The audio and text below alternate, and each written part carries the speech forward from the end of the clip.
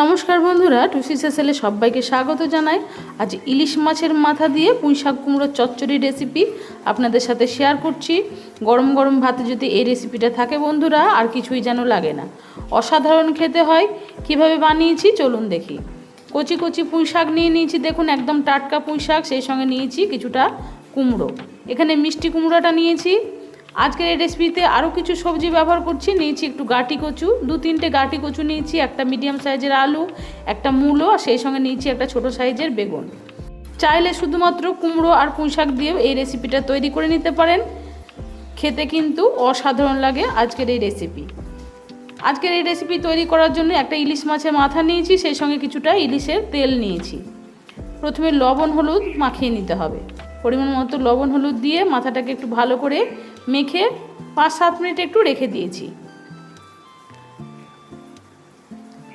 এরপরে গ্যাস ওভেনে দেখুন একটা কড়াই বসিয়ে দিয়ে পরিমাণ মতো দিয়ে দিয়েছি সরষের তেল। হাই ফ্লেমে তেলটাকে গরম করে নিয়ে প্রথমে ইলিশ মাছের মাথাটা আর তেলটা ভেজে নিতে হবে। আমার চ্যানেলে যদি নতুন এসে থাকেন বন্ধুরা, আপনাদের কাছে অনুরোধ রইল আমার চ্যানেলটিকে সাবস্ক্রাইব করে আমার পাশে থাকার।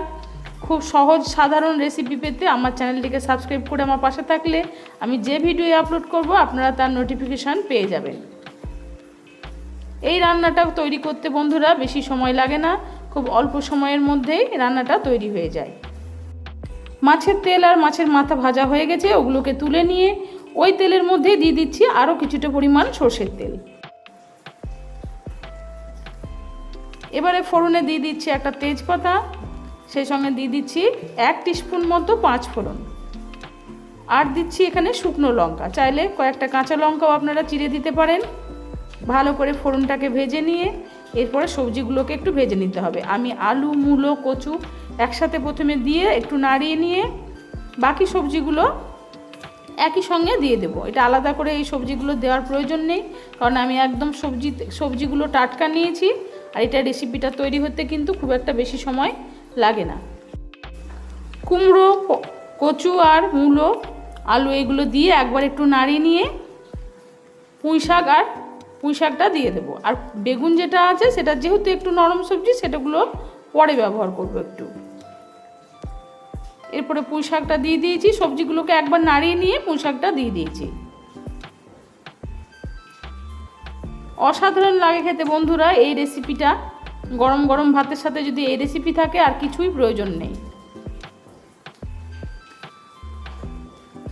ভালো করে একবার উল্টে পাল্টে সবজিটাকে দেখুন নাড়িয়ে দিয়েছি। গ্যাসের ফ্লেম হাই রেখে সবজিটাকে একটু নাড়িয়ে দিয়েছি।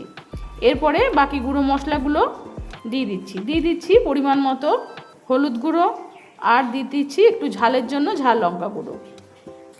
লবণটা এই সময় একটু ব্যবহার করব না, একটু পরে ব্যবহার করব। আরও একবার সবজিটাকে খুব ভালো করে দেখুন নাড়িয়ে দিয়েছি। 4-5 মিনিট এরকমভাবে উল্টে পাল্টে সবজিটাকে নাড়িয়ে দেওয়ার পর সবজিটা যখন একটু নরম হয়ে গেছে, এরপরে কেটে রাখা বেগুনগুলোকে দিয়ে দিয়েছি। বেগুনগুলোকে আর আলাদা করে ভাজিনি, এই একই সাথে ভেজে নেব। বেগুনটা দেওয়ার পরে আরও 1-2 মিনিট এটাকে ভালো করে একটু নাড়িয়ে দিয়েছি।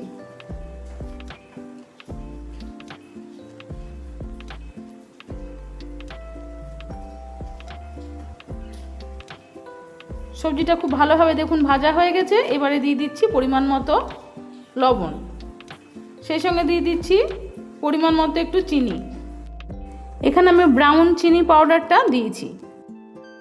লবণ আর চিনিটা দেওয়ার পরে সবজিটাকে আরও একবার খুব ভালো করে ভেজে নিয়ে এবার এটাকে ঢাকা দিয়ে প্রায় 3-4 মিনিট লো টু মিডিয়ামে রান্না করে নেব।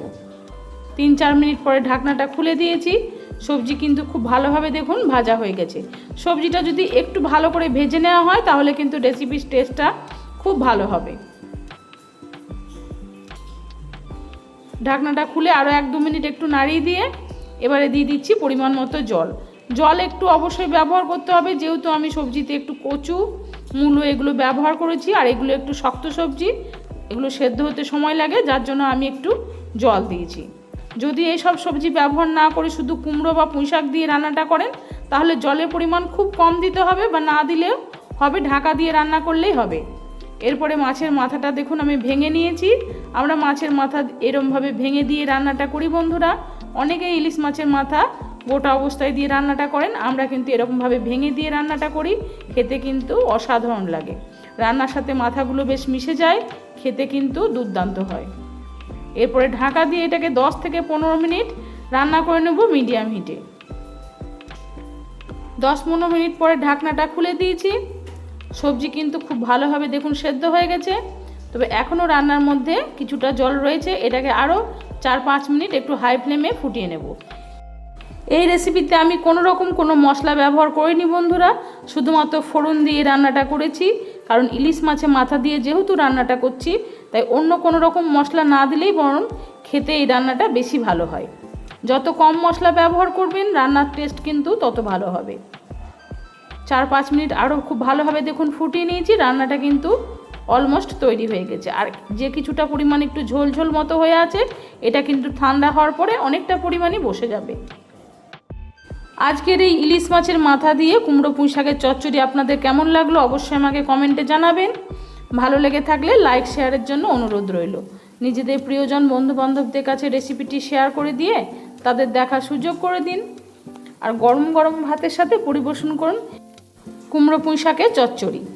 এখন তো ইলিশ মাছের সিজন, এই সময় যদি ইলিশ মাছের মাথা দিয়ে এই রেসিপিটা একবার রান্না করে এরকমভাবে খান বন্ধুরা, অনেকেই অনেক রকমভাবে রান্না করেন বন্ধুরা, আমি কোনো রকম মশলা ছাড়াই আজকে এই রেসিপিটা তৈরি করেছি, খেতে কিন্তু অসাধারণ হয়েছিল। একবার এই পদ্ধতিতে বাড়িতে বানিয়ে খেয়ে দেখুন, আশা করছি আপনাদের ভালো লাগবে। আজ আসি বন্ধুরা, ফিরে আসবো অন্যদিন অন্য কোনো নতুন পর্বে নতুন রেসিপির সাথে। সবাই ভালো থাকুন, সুস্থ থাকুন, নমস্কার।